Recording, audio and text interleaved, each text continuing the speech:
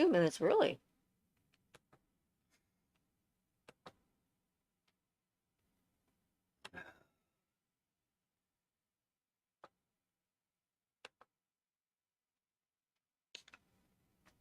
Hey, everybody. We have arrived. Have we? We have. I haven't yet. Well, I have. I'm here. I need to get the live thing here.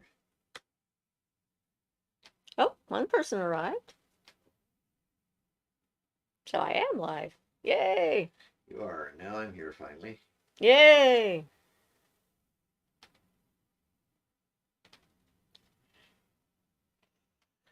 Ah.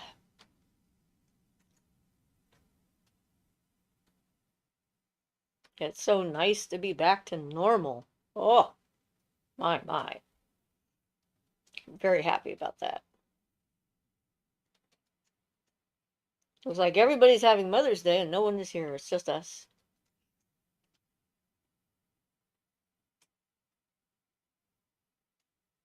Yes, it's on private. It's on public. Okay. Ruth says hi all. Hi Ruth. Ian says hello everyone. Blessed be. Yay. I'm alive and well and recovered and had my Mother's Day yesterday with my son and my daughter and my son's wife. And it was loads of fun. It was just nice, low key. Had some cake. Enjoyed ourselves greatly. Called my mom this morning. When she first answered the phone, she couldn't hear me. She had me on mute. So my sister had to help her with the phone and put it on the speaker and told her, do not touch the phone. Low key visit, yes. It says cool. Yeah, just caught up on a few things and just in general had a nice fun talk. They made a nice cake, apparently. Sorry, apparently I'm feeling punny today. He's been reading all kinds of punny signs just before we came on air. Yeah. Which sort of Pretty activated good. activated the pun monster. Sundrop says, hey everyone, I've got something to share shortly. Cool, we look forward to it. And for all of everyone out there, happy Mother's Day, whether you're a mother or not. Because you can be a mother without being a mother to a child. There's all sorts of things out there that people mother besides children.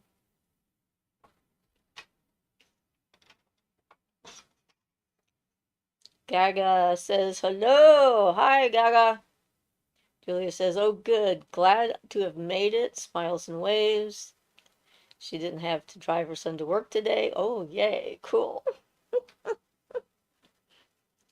That allows you to be here. Aaron says hello. Hi, Aaron. Hope everybody is safe and sound and dry and whatnot. We actually had the northern lights here. I saw them briefly, but they weren't very bright from my house. Went outside and I saw that the light in the air was different. I could feel them, but not really see them that well. Apparently, people saw them better with their phones. So I guess phones are more capable of getting the wavelengths of color. But it was pretty spectacular. Lots of people saw them around here, and that's something that I really remember from living way up north and seeing on a regular basis. So it was certainly interesting. I'm supposed to get them again tonight if it's clear enough. We might actually see them. So a G5 geomagnetic storm, pretty exciting. It's been a while since we had one of those. The sun affects us directly. No doubt. Through the top of your head, too, especially that low infrared. Mm-hmm. The low infrared is good for your brain. So I guess that's bad when you wear a hat. I'm thinking that. They didn't talk about that, but Does infrared go through fabric? Well, Ultraviolet is what you're it trying depends to on, protect yourself from for sunburns, so infrared goes through some fabric. It depends on what it is. yeah. Some fabrics reflect it, others like let it go through. But yeah, this is referring to a thing I was looking at, that they're finding that far infrared applied to the top of the head helps Alzheimer's and what's the other, Parkinson's patients. And Alzheimer's, yeah. Yeah. Ah. Erin says hello. Jono says hi everyone. Hi Jono. Erin says I don't have to be up at 5 a.m. tomorrow, so I'm going to try and see them tonight. Cool. Hopefully it'll be clear enough. It's definitely clearer today. Yesterday was pretty fogged in all day. So Yeah. last night there wasn't any point in trying to see them. Well, we still have a lot of high clouds, but there's some blue spots. See Right, what it's happens not all tonight. uniform Yeah. gray like it was yesterday. Yeah. But yeah, it's pretty neat. And it was interesting because I could feel the energy of it, even though I couldn't see it very clearly, from my years of being exposed to it when I was living up north, both in Saskatchewan and in British Columbia. So yeah, it was pretty cool and interesting. Boy, Canada didn't make a lot of their places easy to pronounce, did they? Probably native names. Like Saskatchewan sounds like it might have been a native name. I don't remember. It might be I still though. want to have to try to spell it. Goofy Head says Sorry. hello. Hi Goofy. Welcome. Nice to see you guys back. So if the northern lights got down as far as here, did you see the southern lights, Jono? Did they get up to where you are?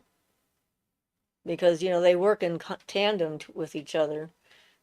Since they were down all the way to, they saw them in, I think, Alabama or Georgia or something. It Alabama. was really south. Alabama. Yeah, it went really quite far south.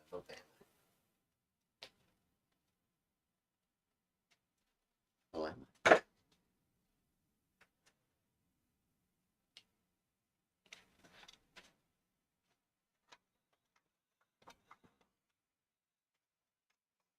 Goofy says, I changed my profile to a different picture of Noah the duck. He is a duck that comes to my house.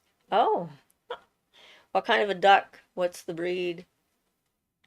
My sister has mallards at her house. And she had to rescue, her dog actually helped to rescue one of her female ducks from a fox that grabbed it and ran away with it. And she did okay. She had to stay in the house for a while. And my sister was worried that she had a broken foot, but it was just a sprained ankle, and she's back with the rest of the flock. Goofy says he's a Muscovy duck. Jana says, Siofra, how does the solar flare stuff make you feel? You're my witchy barometer because I'm not so sensitive. Some people say the solar activity increases stress and anxiety. I think that depends on how accustomed and adapted you are to shifts in energy and so forth. I mean, depending on the intensity of the aurora display, I had one that I went through that actually was so intense and overwhelming, so much input, like too much information coming in. I was totally overloaded and it made me throw up. Uh, and I had to go back in the house and hide for several hours and then went back out and watched it again because I could still feel it and I knew that it was still happening. So, and when I lived up north, I could actually feel it coming before I could see it. And that was interesting. People gave me they sort of a reputation for calling the aurora because I did that so often. But I don't think I was making the aurora come. I was just somehow sensitized to the kind of energy it was and could sense that shift in the ions, agitation, and so forth that precedes the color display. But there's a lot of those memes out there. It's like if you're feeling stressed or upset or depressed or whatever, and a whole list of stuff. It could be because of sunspots, and it's like we've lived on this planet long enough, we should have adapted to the fact that, the sun goes through these periods of excitation and spewing out material and hitting us, and then periods of relative quiet. So I see that as a failure in imagination and, not taking care of business when people are overly sensitive to it. It's like if you have an extreme sensitivity, you got to figure out how to adapt so that it's not affecting you so much, I guess. I don't know, but it's a thought. Gaga says, just ordered my first book on hermetics by Franz Barton today. Congratulations. Goofy says, oh no, well, I am glad she is okay. Yeah, I'm glad too. Jonathan says, nah, no, no, a roaring, boring alias here. As far as I know, South Africa never gets it. It seems awesome. Maybe one day I see it. Well, the Southern Lights can get up, so maybe. I mean, there have been a few worldwide aurora events. They're extremely rare, probably for a good reason. But I think sometime just before World War II, there was an extreme solar storm where even people at the equator saw it. So, yeah, because the southern hemisphere, the southern lights and the northern lights, the two ends of the magnet collect about half in general of the ionized particles coming from the sun. And so they sort of share the load, I guess, our field and whatnot. Eve says, hey everyone, happy Mother's Day. Hi, Eve. Happy Mother's Day to you too. So, yes, you never know. It could happen. And this one was big enough. It was a G5 geomagnetic storm, and it interfered with low frequency radio waves and some telecommunications and GPS satellites and stuff like that. But now at least we know when it's coming.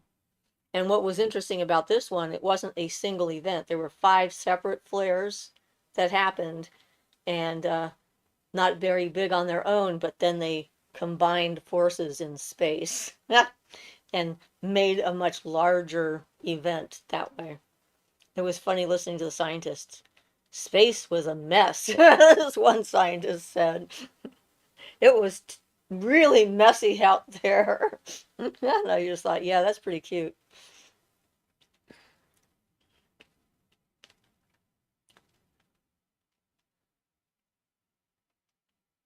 Goofy says, when you give fairies an offering, do they physically take it? Sometimes.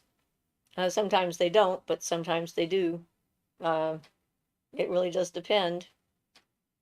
Chano says, I almost forgot because you're looking healthy. You feeling past the worst of the illness? I feel almost 100%. I say 95% at this point.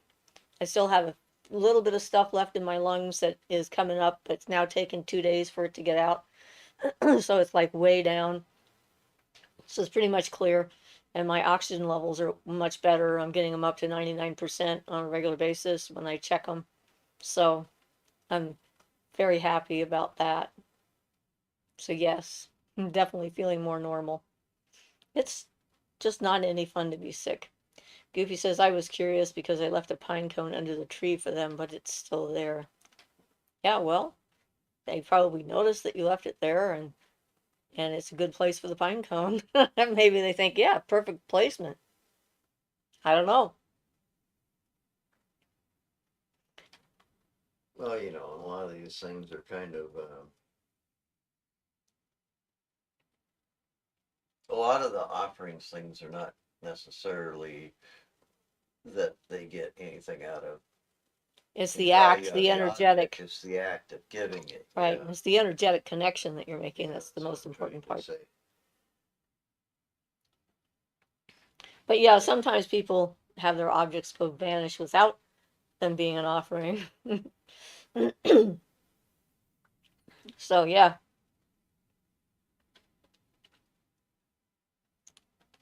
so we're still waiting on Sundrop to tell us what she's going to share. She Sure. has not shared it yet. Goofy says, I'm glad they know I left it. Oh, I'm sure they do. They're very aware of their environment and everything that's going on within it. So, yeah, these things don't go unnoticed. One of my crows has decided to be much more um, interactive with me in the last week, which is interesting. I came home the other day and he or she landed on the fence right by me and started talking to me. And I started talking back, and all the feathers on his head went up like this. So that indicated that he was very relaxed and happy. And so, yeah, we had a bit of a chat, and I went in the house and got him some peanuts and came out. And he landed almost before I turned around. He landed on the peanuts and started taking them. So he's very brave. And then there's the other one who tries to sound like me, and they're two different ones. So it's kind of interesting. I've got a couple of them that are just a lot more gregarious and interactive than the rest of the flock. And I think this guy yesterday, or it was yesterday or the day before, I think he's the one that sidled across the fence when I was at the gate one day, and Ashley, my granddaughter, was watching the interaction between the two of us, and I had my back to the crow, and he was just going like this and sneaking across the top of the fence line to get there. So, yeah, and she was worried that I was going to startle him, but I didn't, and that was kind of fun. I'm pretty sure it's the same guy. Jono says, Goofy, I've been trying to create a relationship with my land guardian. I offered sorghum beer, traditional here. It showed up. It took an astral copy of the cup and drank. I took the physical after. Yeah. And the energetic part of it is the important part for the spirit anyway. Goofy says, I love birds. Julia says, I've heard that if it's a food offering, that the ones, spirits, gods, goddesses, good folk, etc., it is intended for, take the essence of the food, so you get no benefit from it if you ate it later.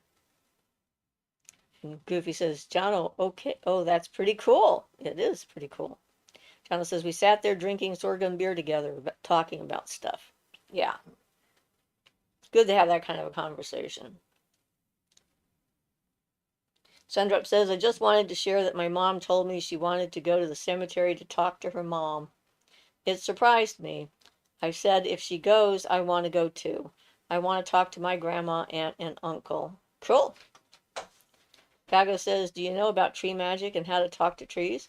Well, I talk to trees all the time and they talk to me.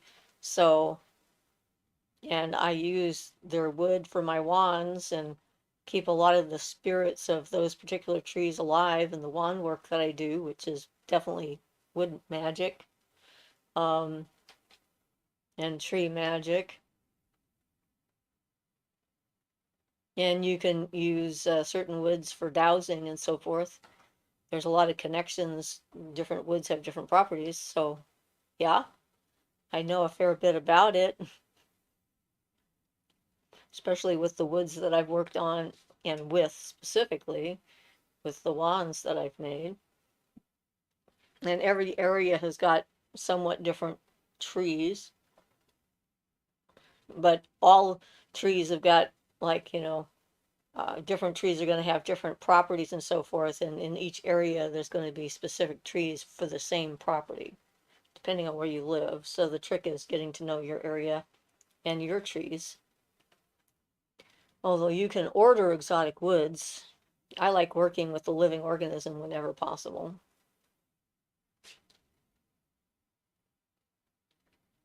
And the only thing you need to do to remember when you're talking to a tree is to be quiet and listen to them talking back. I mean, trees are very talkative. They're very willing to share information more so than rocks. Rocks are not as willing to give up their secrets because they think so much slower than us. It's kind of harder for us to connect to them. But trees are kind of little chatterboxes and they're kind of like, the wood gossip and they're sharing information with each other constantly. We now know through the mycelium network, but I mean, yeah, they have always been very connected to each other. It's interesting how that works. And sometimes an entire forest will have a certain feel to it, either foreboding or friendly and welcoming, depending on what's happened in the forest.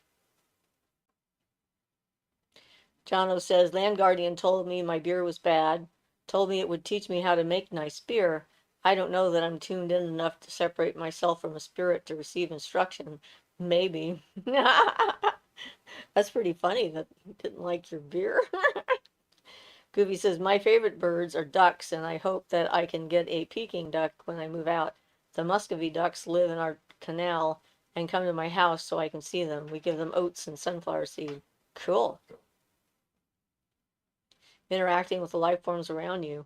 We have a skunk that has arrived in our area, and it took us a while to identify it because it makes the most horrific screeching sound you've ever heard in your life. I thought it was dying. I was pretty sure something was being murdered.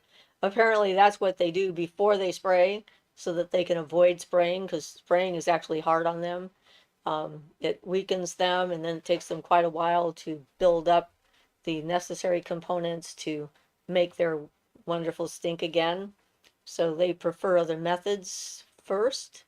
And yeah, so I was really glad for the internet because listened to some animal sounds, and as soon as we heard the skunk, I knew that was what we heard. It was very clear. So Goofy says, laugh out loud. Yeah, I'd say myself the biggest thing about talking to trees is to try to be in harmony with nature. Every time I've been told something by nature, it's generally when I've been in harmony with it. Yeah, trees have given you direct information like the pine essence or whatever to use the pine needles to help with the SADS, which is probably one of the most interesting communications you've had from a tree.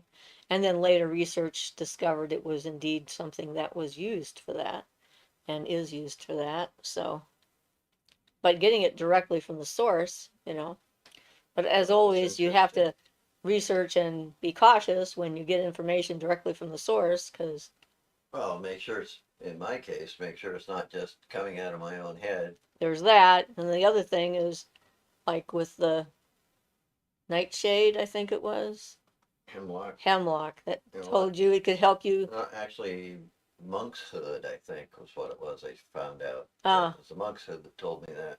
that it could help you get out of your body. Right. And it could, because Do you'd that by be killing dead. you, yeah. So it's not like it lied. It just like context is very important when it comes to this kind of information. But yeah, especially, plants don't know from human context. Hey, spirit, body, they're kind of like interchangeable in some cases. They're not going to have the same concerns. Stephanie says, I love gifting my tree in my backyard crystals. Oh, yeah. And a lot of trees really like that. I've used crystals as an offering for trees numerous times. And the first time I did was when I was making my water wand, and I gifted it some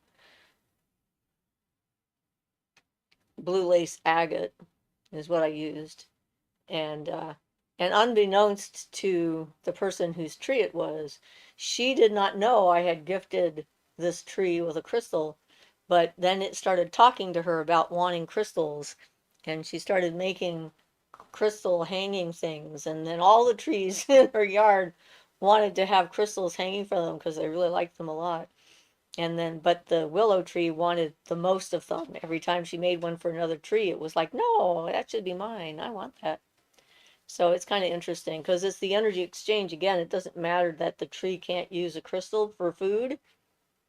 Certainly, water is a fine offering, but it's that thoughtfulness and paying attention to what's happening and putting your energy into the item and then giving it to the tree, and the energy is something that it can receive. And Goofy, oh, Marty says, my thoughts about the mycelium is if you interact with it, offering your physical information, it will provide medicine to you in the form of mushrooms.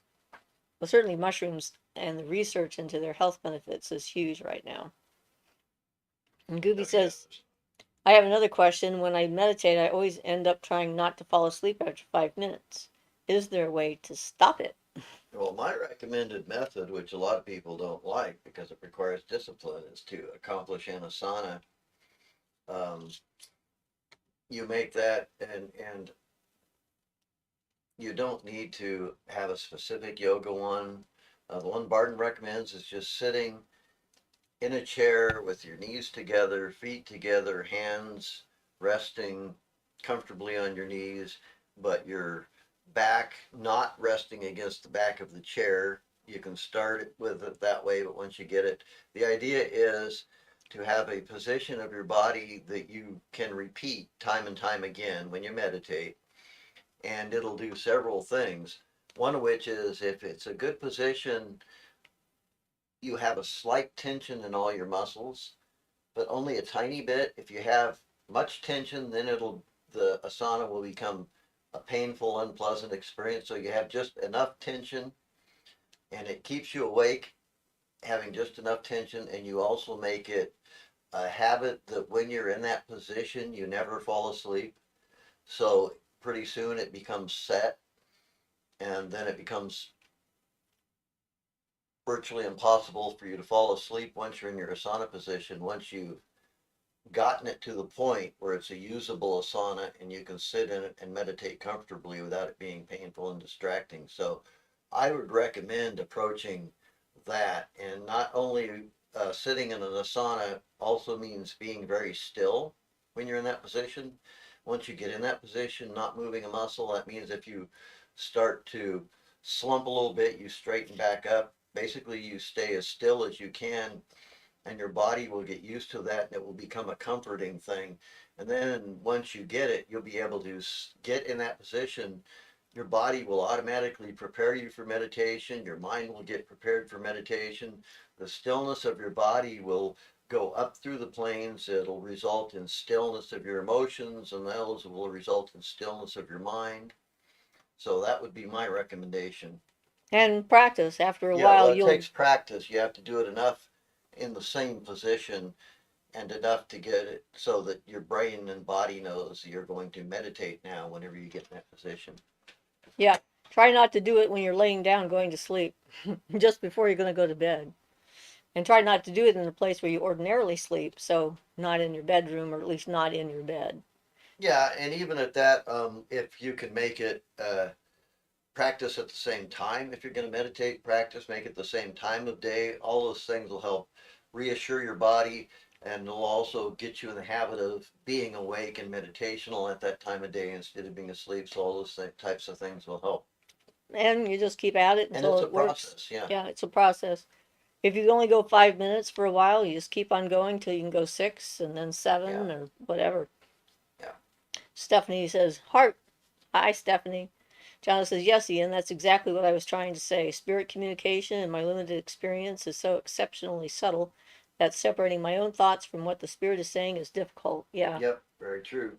And that's why we talk about, stilling the mind and meditation and self awareness, knowing your own thoughts well enough to be able to tell the difference between your thought and someone or something else's influence. Astra says, Yay! Hello, guys. Hi, Astra.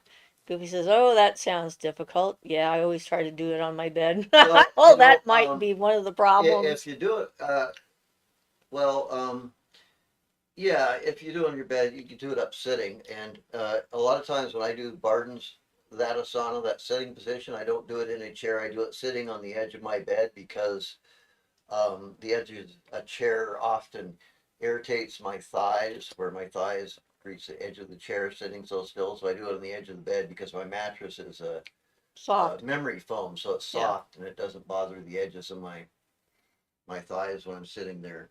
But also, if you need to do it in bed for some reason, you could also adopt a laying down asana, which means, like, if you were laying on your back, you might have your hands flat to the sides of your thighs and your feet straight up.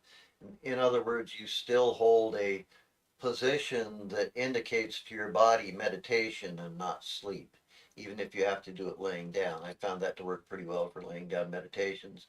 And then that also tells your body when you're done meditating, then you can get out of that position. It tells your body now we can sleep.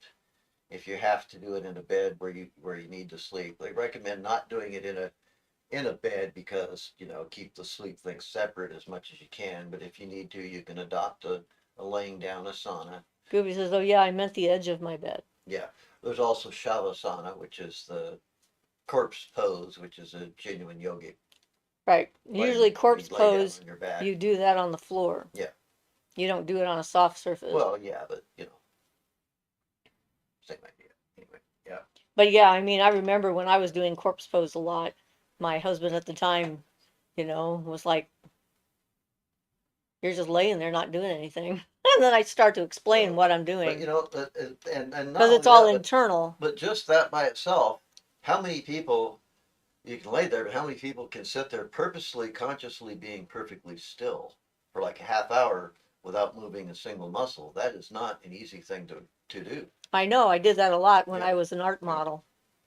And that was one of the things the art classes really, the instructors really liked Yeah. me for a model because I could maintain a completely still posture for a half an hour to 45 But see, minutes. that's it.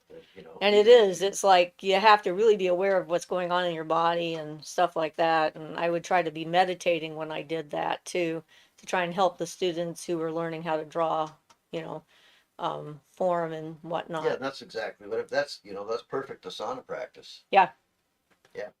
it was really interesting. Gaga says, "Is there any books on how to create a thought form?" No, I don't think so. Every time you think a thought, you're creating a thought Well, form. So you mean something more specific to send to they usually somebody? use they're using these terms like servitors and things for that, which Thought forms are different. well, yeah, but that's a whole nother, no, we don't get into a nomenclature thing, but I would recommend Barden stuff though, always with the caveat that for creating thought forms and elementals and stuff, for Barden stuff, he expects you to have practiced your way up to the point of doing that. So many people won't have the ability to do the things that he talks about right off the bat without going through the book, but he has the best information that I've ever run across on thought forms and elementals and astral forms, and which are basically the astral equivalent of thought forms, which are on the mental plane and things like that. But there are books. I'm not aware of any other ones because I think Barton's are the best, so that's all I've investigated. But I know there are a number of other books there on servitors and elementals and things. But definitely at least read through Barton's stuff first. I'd go for his stuff absolutely first, and it's well, initiation into hermetics. I'm not sure where off the top of my head. I know he mentioned some stuff on thought forms in the theory chapter, and then in the practice there's a lot. It's kind of scattered around. I know there's a bunch near the end of the book too on how to work with them and things like that. So yeah, but no, from me no specific recommendations other than that. So Goofy says, "Thanks, that's helpful about the meditation stuff." Sandcat says, "Hi everyone." And Astra says, "Hi Sandcat." Hi Sandcat. Welcome. Yay, we're getting everybody back. Love it.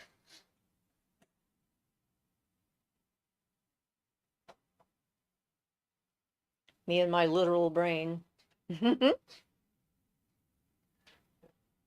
Sandcat says, "I've missed you all." Well, I'm so glad you're back. So glad we're back. So glad we're back and I'm not unhealthy anymore. Yay. Back to being my normal me Yep. instead of whatever the heck that was, which was not normal me. Yeah, I got pretty lucky. I got it, but I was just sick for 2 or 3 days, just about like a cold amount of sick. Like I had a cold, and that was about it. So I got lucky and didn't get it too bad. It didn't get into my lungs or anything like it did with you. Ah, and Goofy says, "I'm sorry you were sick." Yeah, so was I. I've never had my lung making noises on its own before. It was very unpleasant. Astor says, "Did you guys enjoy the Aurora Borealis?" I went outside and saw it briefly. It wasn't very strong right here, and other people got better pictures and stuff of it around town. So, I mean, I lived in a place where the aurora was like almost a constant event some years. So I love the aurora borealis. Some of the pictures that came from different parts of the country and also from different parts of the world were pretty fantastic. They even had an amazing picture of the aurora in San Francisco over the Bay Bridge, which was quite remarkable. They had one of their rare clear nights apparently as well that first night. So it's been fun to see everybody's pictures. And Jono says, I've just got Creating Magical Entities by David Cunningham, not Scott Cunningham. Different dude. I'm looking forward to reading it. Cool. Let us know what it's like. Julia says, I had to reboot the page twice now, but hoping it won't freeze out. Hugs, Siofra. I missed you both and all the rest here so much. So glad to see your dears again. Well, I'm sorry that you had to reboot. It could be the solar storm. It has knocked out some phone services across the country. Jade, my daughter was telling us about a place where it had actually knocked out phone service. Um, then she had a customer calling who was upset. It knocked out actually the internet and so forth. So that it can affect that depending on where you are and what satellites are involved. These people had satellite internet, Hughes net. So undoubtedly people with that were in a lot more of a potential hazardous location because of their internet being coming from space to start with. But yay, we're happy to see you, Julia. Astra says, I've never seen it. I was thinking that I'd never see it a few days before I saw it without knowing that I'd get to see it. I was in shock. I could have cried. It was beautiful. Oh, it is. It's just absolutely fantastic. The universe brought it to me. Yep. And, the experiences that I've had with it, it's like I consider it like the veils of the goddess, that the Northern Lights, that's what they are, is her dancing veils. And it's just really awesome. Julia says, oh, I'm sure it was, but I thought it prudent to make sure I said that to let you know. Still liked hugging you all. You are squishy and warm my heart. Yeah, Thank you. For squishy. I like it. I can accept that. Yeah, I am not any longer stuck in a two-dimensional reality, so this is good. Otherwise, I wouldn't be squishable. Oh, and there were two other things I forgot to mention last week when we were talking about when I was talking blah, blah, blah, telling you guys the weird stuff that happened when I was sick.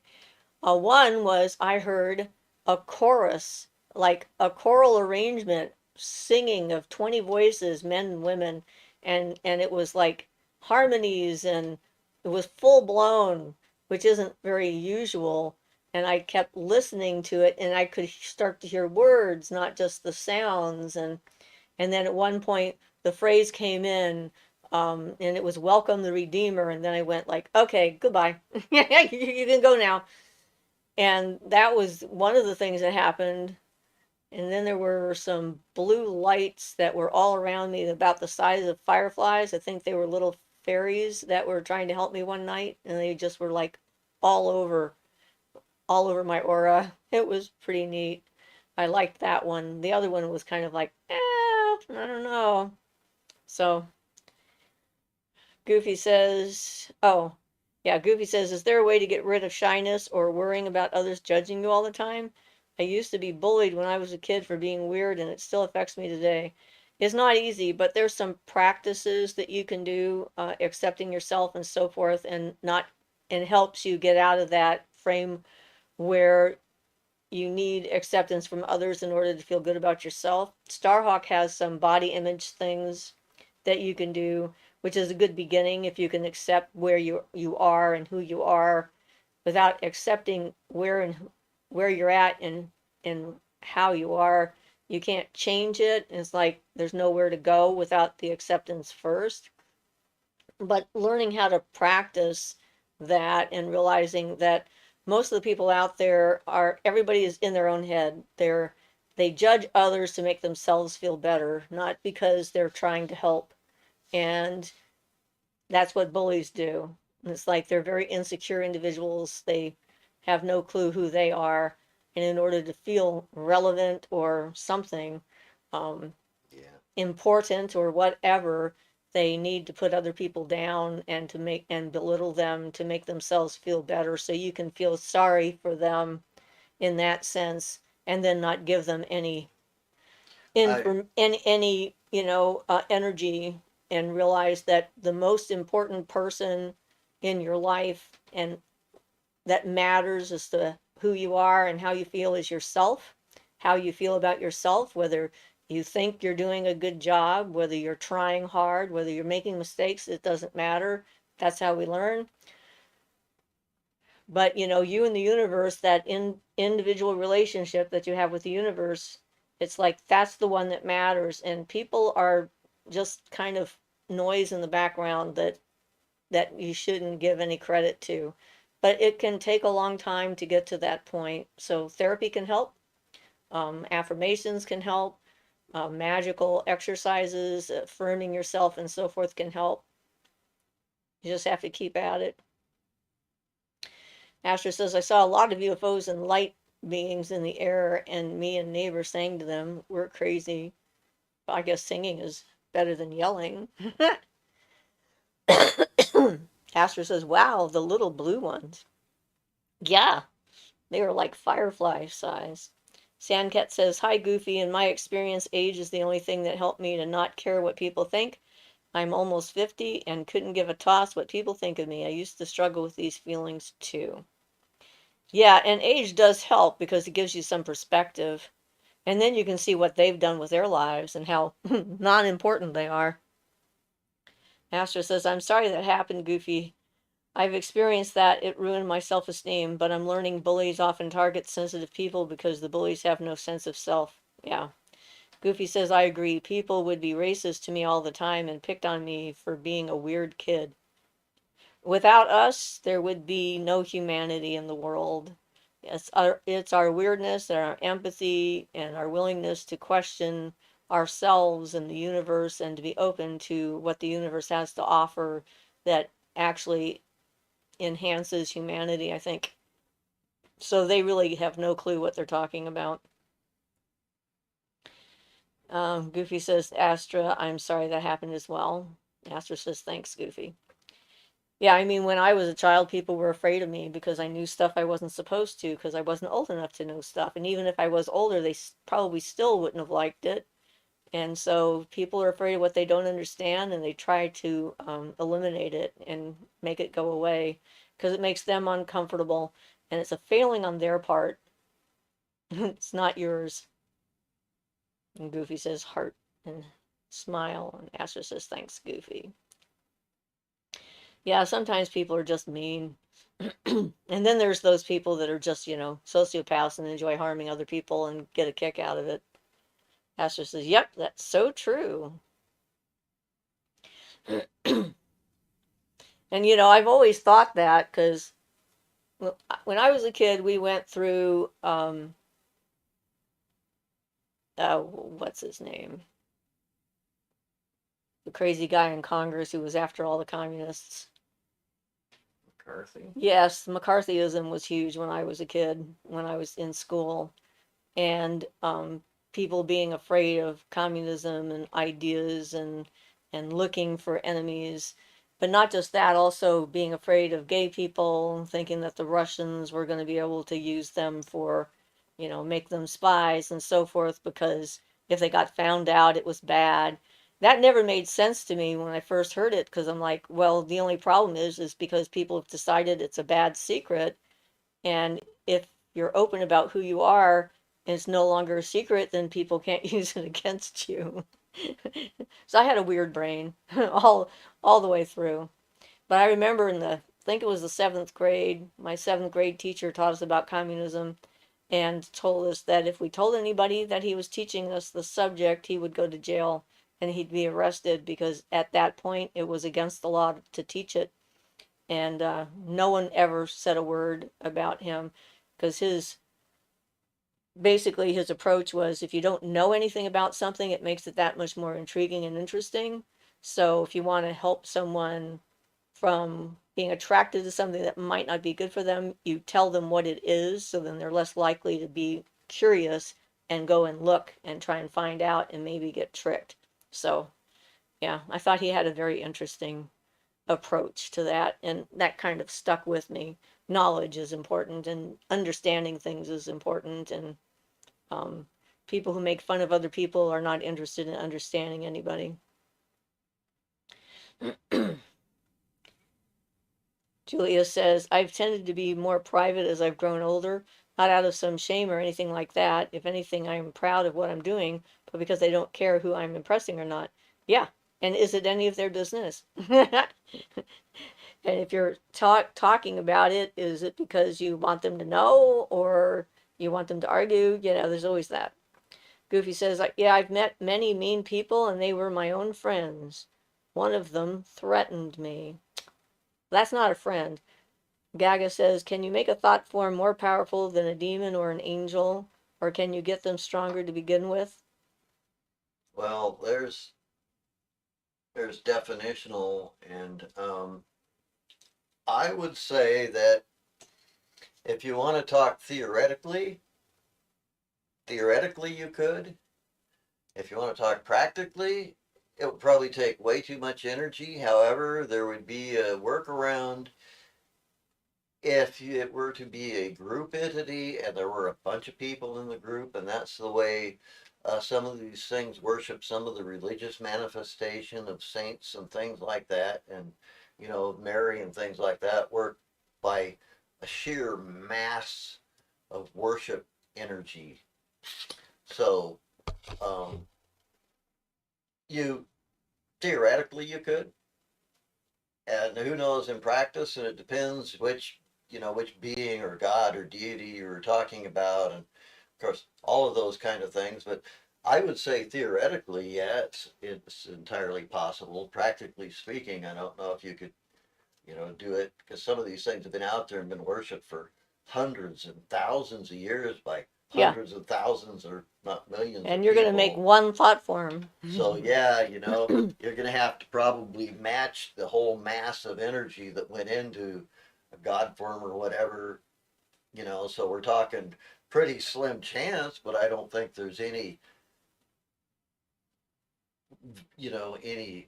reason any theoretical limitation on how powerful you can make a being like that, except for your Except your own lifetime and the amount of ability. energy you can put into it. Yeah. Right. Astra says, yep, that's common for bullies to emotionally torment sensitive friends because we have the humility to self doubt and the empathy makes us avoid conflict. So they exploit the sensitivity to get a punching bag and then gaslight you. Yeah, that's true. Goofy says, I definitely try to avoid conflict. Whenever they would be mean to me, I'd pretend to laugh at it instead of confronting it. And yeah, there's no reason that you should have to put yourself in danger because whatever you have to do in order to survive a situation, in my opinion, is a good thing. So, don't feel bad about not standing up for yourself because if you are in a room full of people that are going to gang up on you, self preservation says keep your mouth shut, but then try not to be with them anymore. Asher says, so you got to learn to trust your gut with people and try not to be everyone's friend. Goofy says, yeah, I'm more selective about friends now because of it. Yes. And Asher says, a big clue is they don't want you happy. Yeah. And, um, believe people when they tell you they're assholes because they're telling you the truth. No one will tell you that unless they actually are. They'll do it with a laugh. They'll make it like it's a funny Yeah, thing. They're just joking, but that's it's the generally absolute that's truth. generally what I found. Yeah, people Yeah. who make jokes about that kind of thing, about being jerks, really are jerks. And I've had a problem with positive projection. Projection is pretty common no matter, who we are and how long we've been at this because it's sort of like a natural instinctive process that we use to try and understand things. But um, yeah, learning that just because I think someone has wonderful potential and I see that path in them and the possibilities and so forth that they could achieve doesn't mean that they will. And the problem is when I'm in that kind of a state, I will ignore the red flags that come up and think, well, that's not part of what this is. This is something else. So that's been one of my challenges is working on not positively projecting onto other people and let them reveal themselves for who they are and not be attached to the outcome. Yeah, it's one of those things. Like we all make mistakes, we're human. That's the way it works. If we're trying to be human anyway. I don't know about some people don't want to be human, so they don't care. But yeah, if they're happier, like my partner when I was doing the channeling, um, liked me better when I cried than when I laughed, which is a big red flag. And the reason he liked me better when I was crying, according to him, it was because he believed in my emotions when I was sad and upset and depressed and despairing. And he didn't believe in my joy or the possibility for me to experience joy.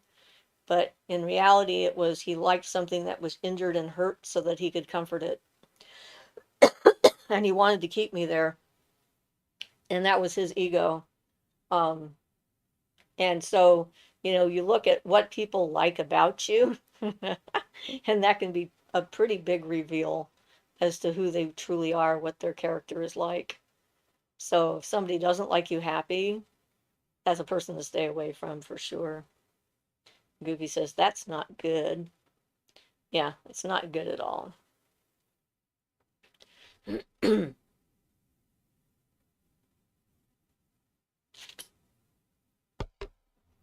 Yeah, so when we're trying to navigate our way through this maze of human interactions and connections, is one of the reasons why I often say that I like nature better than people.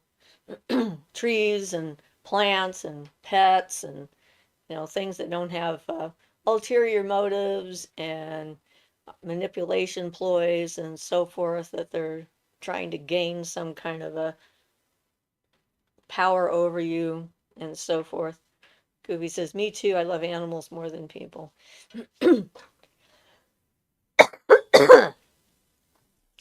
Well, they definitely don't have ulterior motives. Yeah, I've been getting into our animals lately myself, and the bunny especially. He jumps up on my lap. He's so cute. He jumps up on my lap, and then he backs up. He gets beside me, beside my left leg, and then he backs in so I can pet him as he sits beside me. It's pretty cute. And finding out that he likes to climb things was a big surprise. In the wild, I'm pretty sure bunnies don't climb trees. But Sorry. I think he would. Astor says, I have a friend that I found out didn't like me happy. She liked me self doubting and insecure. And when I felt happy, she accused me of being possessed. She's a fundamentalist. Oh my. Yeah, that's pretty weird.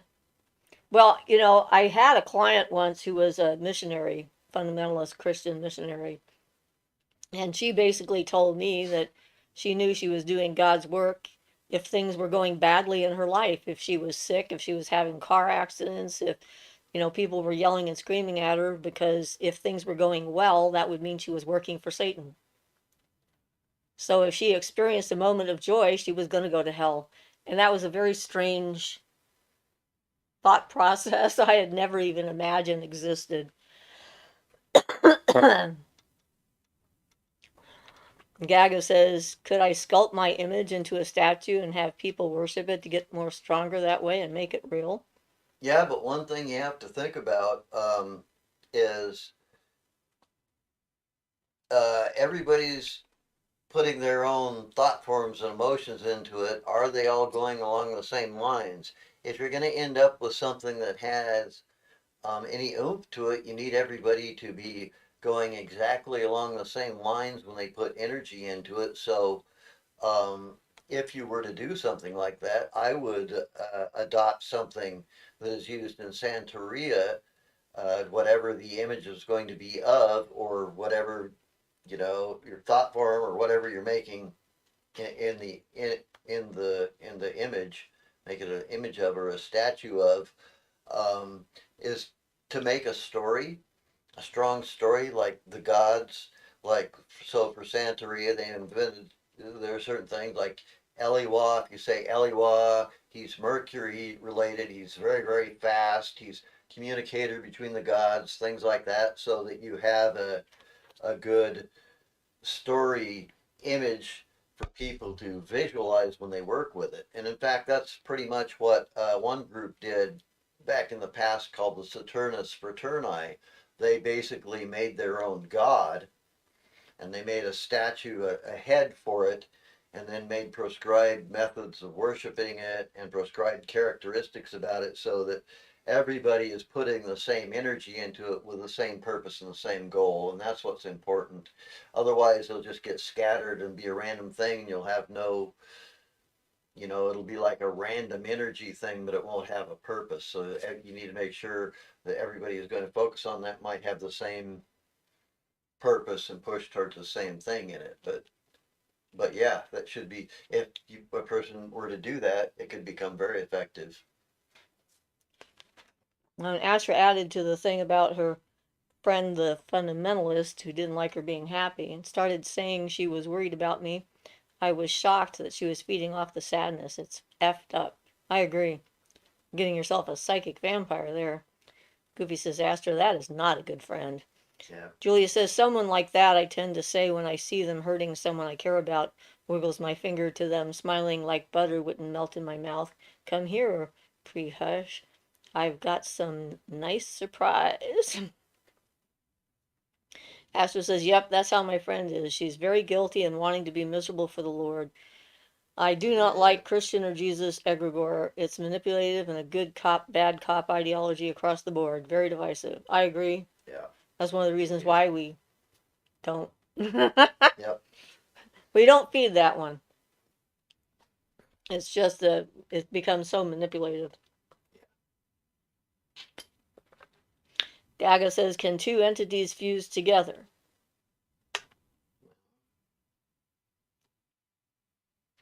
Well, that's almost like too open-ended of a question. If you're talking, it depends. You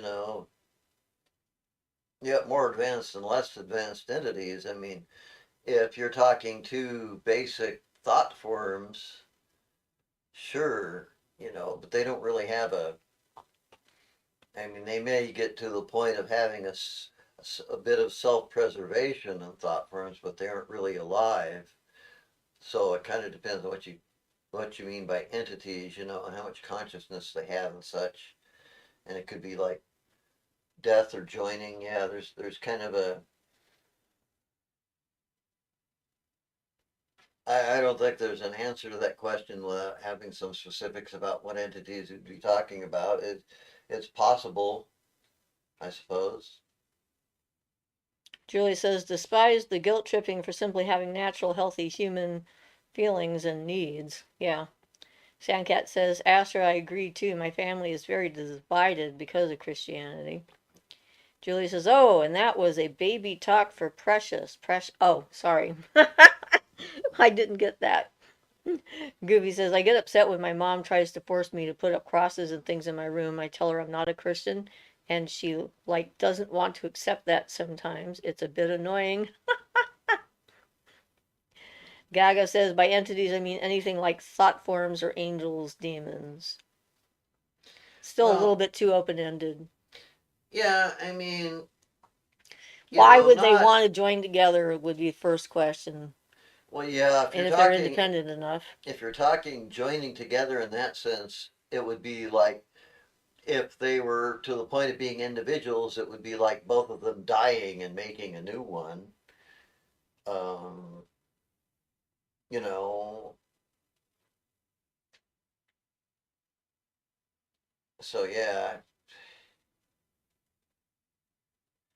I don't know. I think that's really more of a not very relevant question because I don't think any entities have any awareness are going to want to join like that because it'll mean losing their individuality or Individuality. whatever. Yeah, so you know, I would say really only for beings that have so minimal that they're not really intelligent on their own. Like if you made an elemental, you could probably join it with another elemental you made, that Of kind the of thing. same type. Well, yeah, it would have to be It would more have like to be of the earth same elements type, or whatever. Yeah, right? If that was so the you case. have that too because they might not be compatible. And If they're not compatible, they just they might self-destruct just and blow yeah up and be yeah done, like like matter and air and antimatter. just like fire and water, and stick them Yep, together, and then ploof, you got and nothing. you have steam, so you get That's air. right. Yeah, put fire and water together, and you get air and earth. You get steam and ashes. Yep, pretty much. Air carrying the water and ashes for the rest. Yep, Well, for or fire something, escaping, whatever. Right. whatever. Yeah. Sandcat says my brother-in-law would rather pray than have minor surgery to restore his eyesight after leukemia. I don't understand, but it's a good choice.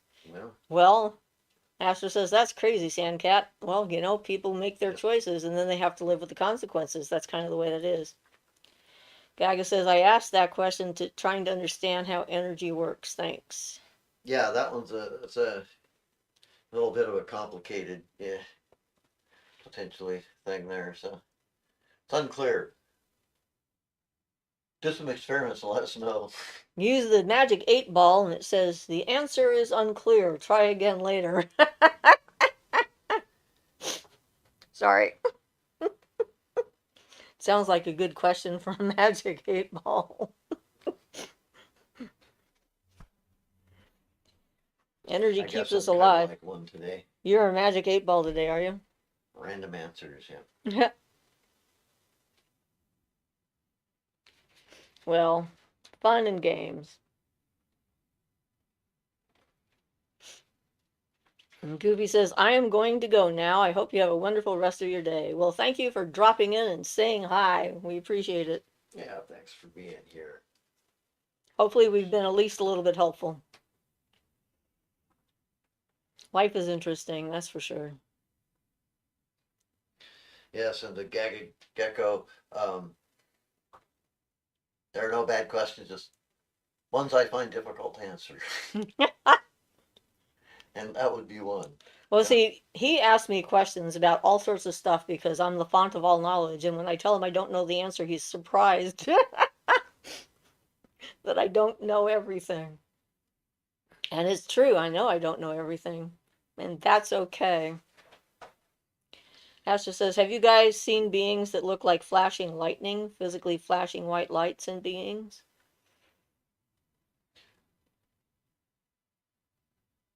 I've had my eyes do flashing things, but I don't think so, not particularly. Yeah, no, I've heard mention of such, but I haven't run Sandcat across any says, goodbye, specifically Goofy. myself. Yeah. Astor says, I think they're fairies, but my place looks like it had a white strobe light. It was not my lights flickering, it was the beings. I had that kind of an Cool. effect when I was sick. My eyes were flashing, the lights in the room were flashing. It was like a strobe light. And that was definitely my eyes and ability to choose what to focus on, either the foreground or the background. And in my case, that was because I was sick. But I think that that could also happen when you're practicing certain scrying techniques and so forth, that you could get your eyes when you're trying to, learn how to soften your eyes to see things that are there. You could trigger that in your own eyesight. And so it could be that sort of an effect. And it was very um, uncomfortable and disturbing when it happened, and I didn't care for it, and I had to stop looking, close my eyes, and go lay down. Um, so yeah, it could be other beings, but it could also be your own brain and eyes triggering that effect. Ocean Sound says, I was gazing at a glass photo of my nephew who died. I was looking long and then saw water dripping down in my mind. Went on vacation, was called on, my roof was leaking in my living room. Oh, interesting. Oh, I'm sorry. I've had things like that happen though. I made like a scrying bowl out of a big brass bowl and put black felt in it and filled it with water and stuck it on a stand, and there were three of us and we were gazing into it. And every time I looked at it, I kept seeing it getting knocked over. That's all I saw. And then all of a sudden, someone's knee moved and it got knocked over onto the floor.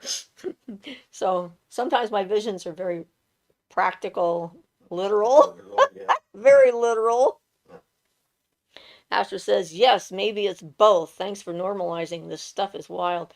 Yeah, I mean, the stuff that happened to me when I was sick was, some of it was so friggin' bizarre, and trying to get a handle on what was really happening and what was like Well, I've had a couple brain things stuff. happen in the past that I had one. Usually I don't notice them, but I had a dream one night of the belt on our van shredding, and Oh then it yeah, like happened the next day. But usually I don't remember those things until it's too late. There have been 3 or 4 times I've dreamed things that were going to happen before they happened, but I didn't remember the dream till after they happened. which is Then very I annoying. remembered that I dreamed it. Yeah, Yeah, then you're very annoyed at yourself. It's like I didn't had remember it. warning, but Yeah, I didn't know it. yeah, Ocean Sound says, I never did magic and I'm so interested on how these things happen. Well, we're connected through our thoughts and energy and so forth to everything around us. Time and space are not a constriction when it comes to um, connecting with our minds. And so it could very well be that when you started gazing at the photo, you were doing a form of scrying that you weren't realizing you were doing. And yeah. it interpreted what was going on in your house and showed it to you. I mean, they don't always Yeah, directly and correlate. for somebody who's new at this, a lot of times it's like it almost seems like getting a little bit distracted. I find when things come through, a lot of times it's when I feel like I'm a little bit distracted, and what happens is some part of my mind lets go of something that was keeping the information out, and then the information will slip in. A lot of times when I feel a little distracted or something, a little bit of a abstracted state of mind, and that's when that stuff will slip in. Glitter World says, blessings of love, light, and glitter. Thank you. I once had a piece of glitter between my toes that I did not know was there until I had a skin exam. And the doctor was quite surprised. You have glitter. I'm like, what? I don't have glitter. What are you talking about? Astor says, I filmed my room and saw beings flying through my place. It was happening so fast.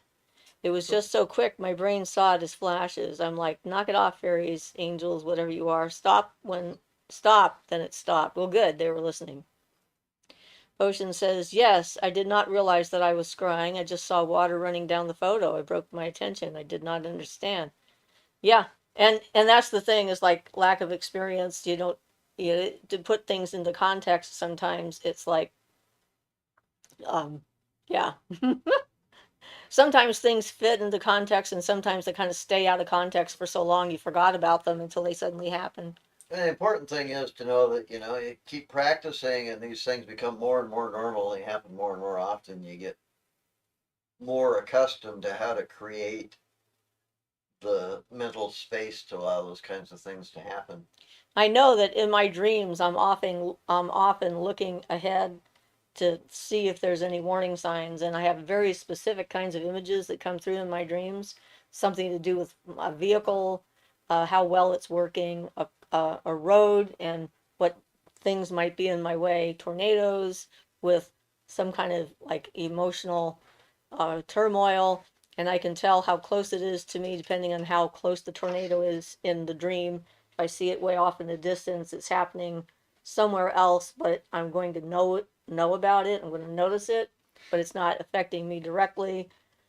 So it's everyone develops their own kind of internal language of symbols and symbolism that they use in order to interpret things. So Glitter World laugh out loud. Ocean says, is scrying dangerous? I don't want to call in unwelcome spirits.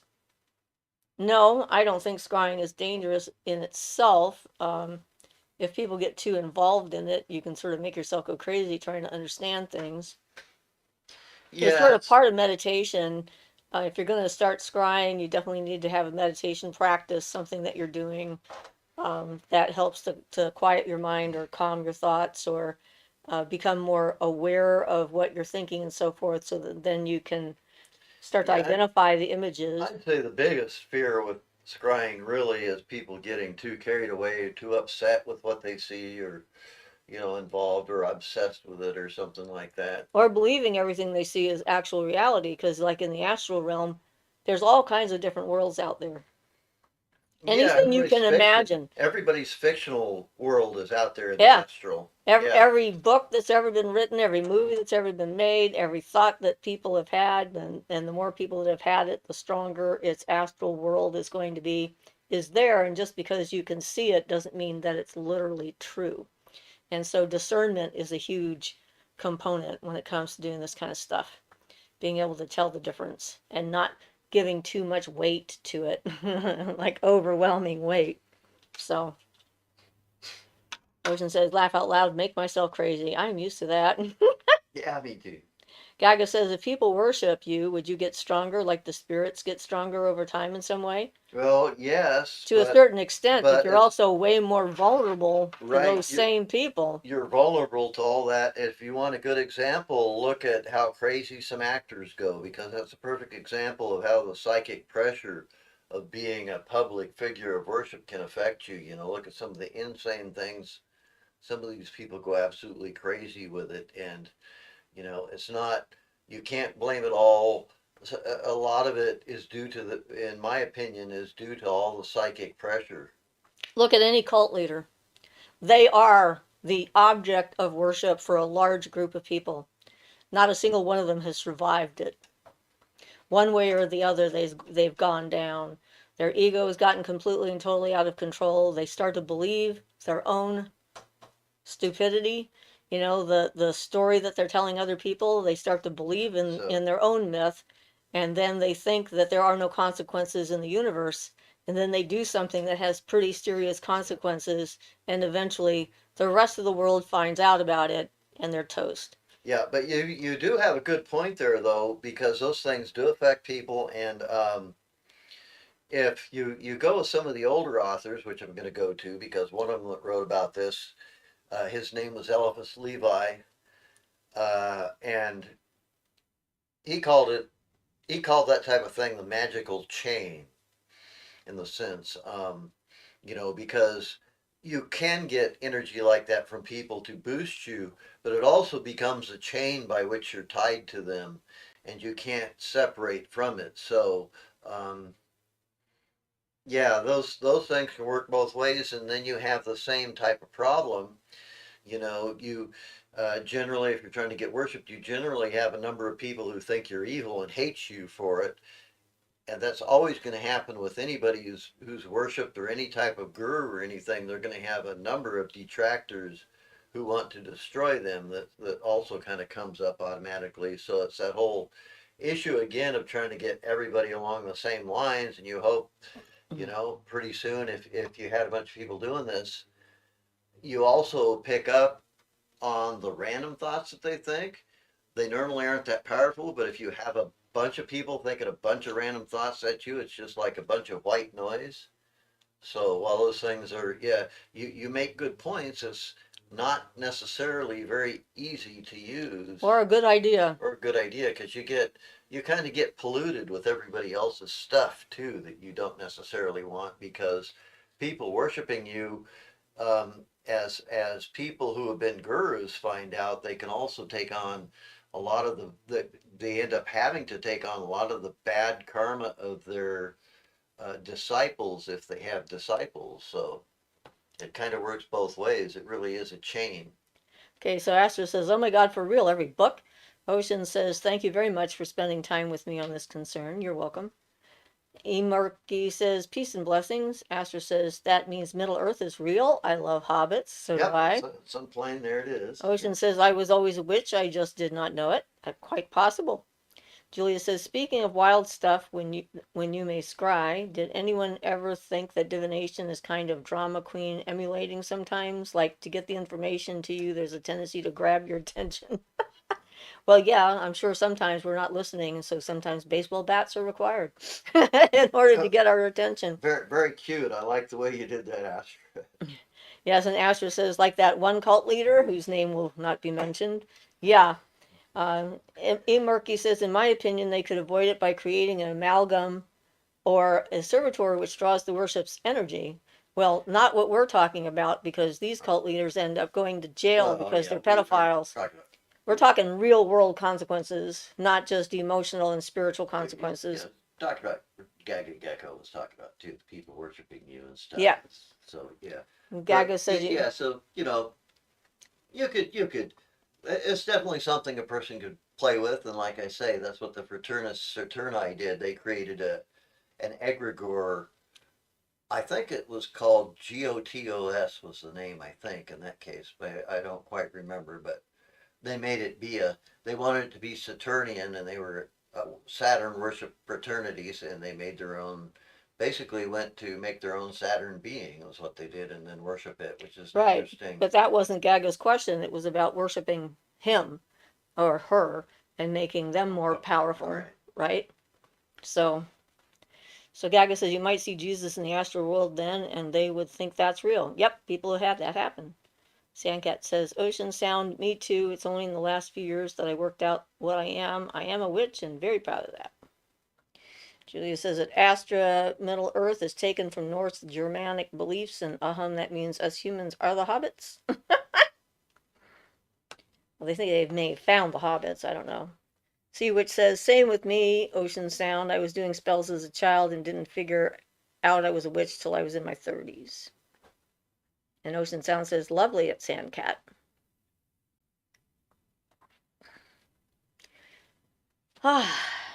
So we got about 15 minutes left. E. Markey says, fascinating. Astor says, I'm starting to think everyone is God. Well, on some level, yes, everyone is. I don't want to be God. That's a lot of responsibility.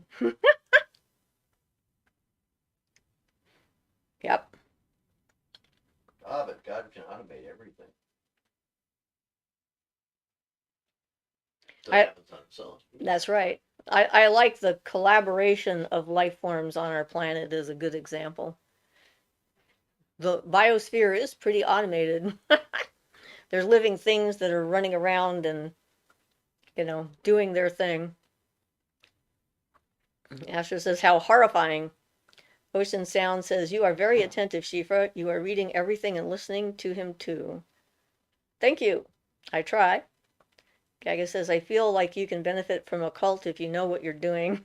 I don't think you're higher than the laws of the universe. No, don't think you're higher than the laws of the universe. Yeah, I went through a phase where I thought I could learn something from everything, which I mostly can, but then I read the Satanic Bible and I didn't feel like I really got anything from that. But that notwithstanding, that's just my own personal thing. You can learn something from almost everything. Asher says, yeah, we're all fragments of God, even my cat.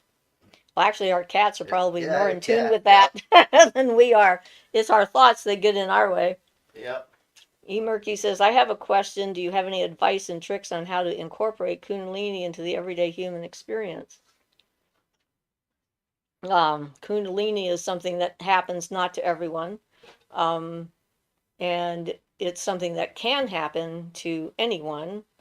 So if you have Kundalini rising, etc., the idea is that it'll help clear out your own energy field and clear out your chakras and so forth, and clear out your channels, your lunar and solar and central channel, and make information more accessible to your unconscious and subconscious and your conscious mind.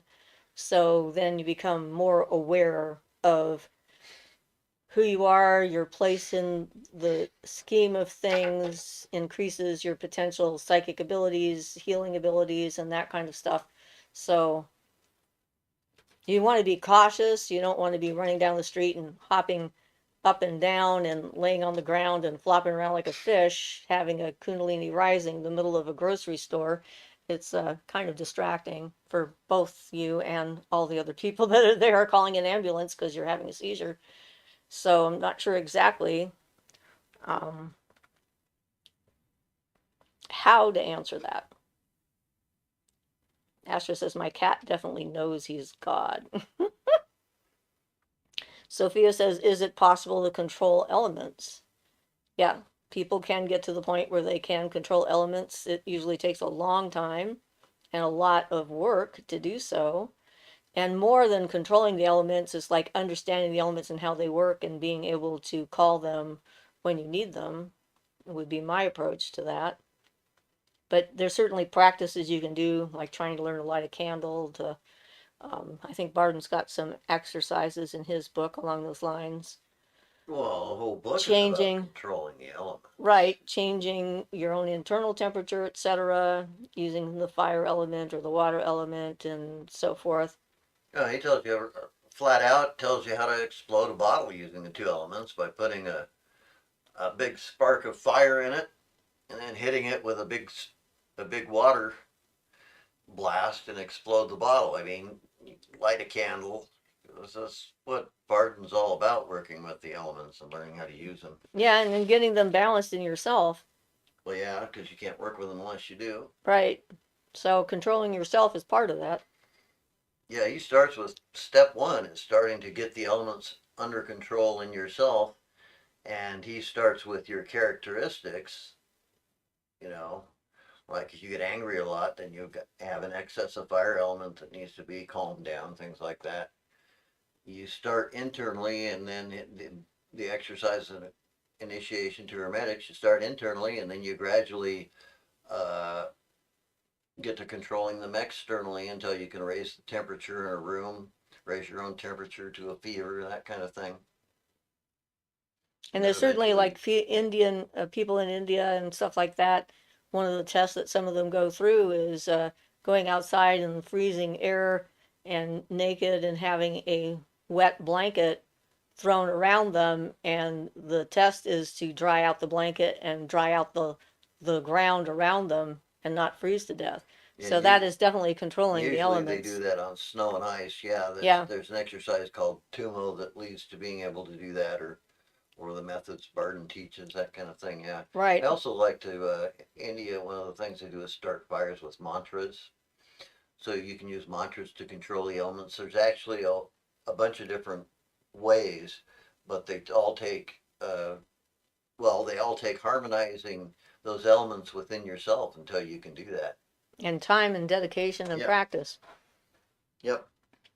So Julia says, well, you are speaking of your highest level of your being, Astra, not the usual physical and mental earth plane, which we can all see normally around you. Ocean says, ha, the cats are more in tune. I agree. Astra says, I'm God, but I still have to do my taxes. That's dumb. Why would I do this to myself? Ocean says, do you believe in past lives? Well, I personally remember a bunch of different past lives, so I always say I don't believe in it. I know that it's true because I was born remembering several different ones. But it is a belief system for a lot of cultures. And Julia says, this life, every life anyone ever lives, is basically a learning experience. To get benefit from, sometimes you have to continue to do some of the boring routine things to maintain the structure. Yeah, keeping the body alive is rather important if you're going to learn from it. Imurki says, I have another question. Do you have any advice on how I can help my friends evolve in their life in a safe way? Well, my first advice would be it's up to them to evolve the way they want to, and we are probably not the ones to tell you how to do that. Generally speaking, what we think somebody needs to learn is not what they're actually here trying to learn. So, learning how to listen and be attentive, pay attention to what they want to do because it's up to them, not up to us. Um, yeah, you got to be careful with that. Gaga says, what can you do to make sure you don't reincarnate back down here? Well, I guess that depends. If you want to become enlightened and leave the Earth sphere behind and humanity altogether and go off on your own, there are paths to do that. I'm not interested in that one. Well, I gotta say that most of the paths to enlightenment that are genuine paths to enlightenment, many of them also include a thing to come back and help all humanity. So Yeah, that's where it's I'm not at. all like going Well, out, that's true. you know. But there are, I mean, what he's wanting is to not come back. That's the question, right? Not reincarnating. Asher says God needs Pepto Bismol and has to pay taxes. Maybe that's how God has fun by Yeah. being a crazy human. Ocean says, I had a couple of heavy revealing dreams. I was a man in the service. I came home, my mom and brother. My mom was a very distant mom and cold. She wanted payment for me to stay. Huh. So you think maybe that was a past life memory? It sounds like it could be. E. Murky says that Gaga Brother Panic has a detailed video series explaining it. Glitter World says amazing. Cool. I don't know what's amazing, but yes. Ocean Sound said, yes, I do think it was a past life memory. And I've had some of them come back in dreams myself. And some of them, oh, now this, I forgot to tell you guys. My father, when he died, a year after he died, I put a geas on him that when he reincarnated, he would have to reincarnate with a healthy family, and he would be, his desire would be to help children who were being abused because he was an incredibly abusive and horrific person. And the other day, I was driving to the grocery store, and on my way to the store, all of a sudden, it pops into my head. I knew my father had reincarnated, and he reincarnated as a girl. And I was just started laughing. I'm like, well, that's perfect. I didn't put that in as part of the requirements or anything. That was all up to him, apparently. But you never know when you're going to get this kind of information. Just like popped right up. So sometimes things just pop in. Yeah. And if it's coming up as a past life memory, there might be something there that's happening now that's triggering it. Some similar circumstance or some awakening inside of you that is it makes it's okay for you to deal with whatever it happens to be to understand it. Ocean says exactly that is perfect. I understand. Yep. Gaga says, yeah, I listened to Panic. Don't think I've seen that video yet, though. E. Murky says, sorry to bother so much, but I have another question. How can I properly incorporate light when absorbing it from the sun instead of just leaving it as a subconscious process? I don't know. Well, Breathe it in. well, yeah, you can breathe it in just as an energy. Breathe it in It doesn't even have to, unconscious, the sun doesn't even have to be out or shining just to breathe breathe it in. in the light that it sends out there to our entire solar system as the central life force energy of our entire universe for Yeah, our one personal of universe. Barton's main tenets is pore breathing, breathing things through your pores, and you can breathe in and breathe out any type of energy you want. So basically, prana and such is everywhere. Just be you can be consciously aware of taking it in as you breathe in and it energizing your body. Um,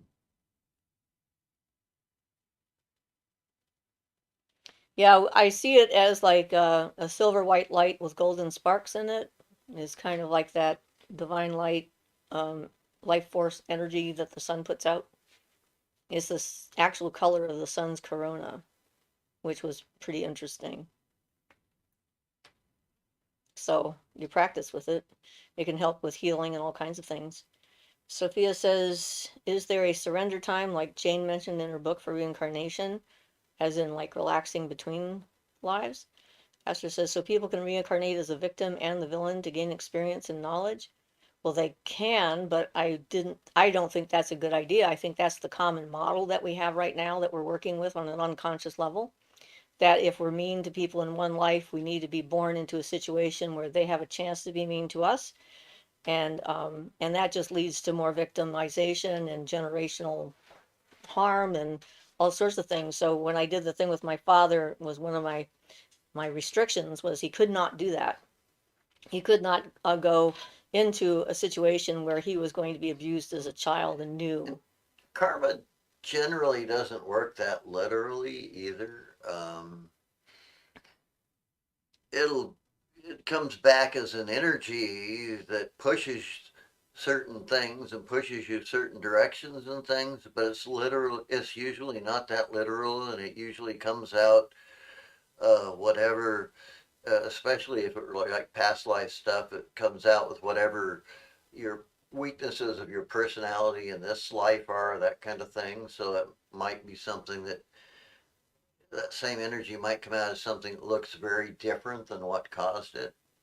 Yeah, and the thing is, the reason why I did that was because I think that a lot of times people choose their lives from an unconscious bias and don't even know that it's there because they haven't cleared out. Becoming clear is a goal. I think that you have a much better chance of having a better reincarnation experience if you're actually aware of all that stuff and consciously choose how to come back and why you're coming back if you're going to come back. But yeah, Ocean says, I don't know. Laugh out loud. I love a woman or a man who will admit they just don't know. I know, there's lots of things I don't know. Sophia says in the book, Seth talks about that it takes a long time to reincarnate, about 80 years. Well, considering the fact that time doesn't actually exist except as a human construct, and when you're a spirit, there is no such thing as time, I think that Seth was just trying to come up with a number to make people happy. And in you're a spirit, 80 years doesn't mean anything. 8 days doesn't mean anything. 8 hours doesn't mean anything. It's like it's not a part of the equation, and it's going to depend upon the individual and whether they're going through it properly or not, or if they're stuck or other factors. And it's from our perspective that it might take time. But I just know my father's back. I don't know anything else. Now, Gaga says, Imerki brother Yosef said having your own altar is a way to get more light, if I'm not mistaken. And it looks like we're out of time, so we need to go. Pastor says, how do you not be afraid of all this knowledge? I'm 10 months into the spiritual awakening and my consciousness is so expanded I have existential fear because I'm scared of what I'll be after death. I'm sorry. But don't have the fear. Try not to be afraid because there's nothing but love and light on the other side, and they will take care of you and you will be fine. Ocean says, ha, yes, time does not exist in the spiritual realm. After says, I just want peace, but I feel like a little fish in an ocean. Yeah, but something to think about is reincarnation. Part of the purposes of reincarnation is to clear out all the stuff you're stuck with in this life and get rid of it to give you a fresh start. Yeah. So, all the stuff that's bothering you now and you've grown, you can't help it. I mean, if you help yourself and you try to grow, that's even better, but you can't help but grow somewhat. So Somewhat, yeah. your next lifetime should be better than this one, unless you're just a mean, evil being and you go like torturing people or And you want to something. do that again, I yeah. mean, so generally you're looking at being better after death and then better in your next reincarnation. So So Julia says, oh, there's been plenty of times in my life that I've shook my fist, usually upwards, and chewed out my higher self for thinking that it was a good idea for me to go through something. I've done a lot of yelling at the universe me too, but at points, different points in my I life. now feel like I was wrong in every case that I did that because of where I am now, that I couldn't have been otherwise. But at the time, yes, me too. So Murky says, peace and blessings. Aster says, oh, thank you. Sandcat says, goodbye, everyone. Blessed be. Yes, and we should say Ocean Sound goodbye. says, this was fun. First time here. I have to come again, and I highly appreciate this. Thank you so much. You're welcome. Please, we hope to see Julia you says, again for love you, sure. everyone. Spiritual hugs and blessings to those that want them, and many warm thanks to Shifa and Ian for providing this space. Ocean says, thank you so very much. Astra says, thanks for sharing freely what you guys know. I'll try to relax. And bye, guys. Okay, so blessed to be everybody. And if you need to send me a message, send me a message at shifrasmagicalcove@gmail.com. And I answer my emails, not always instantaneously, but I do answer them. So Thanks are all the hearts. everybody has been great. It always goes by so fast. It's always amazing to me.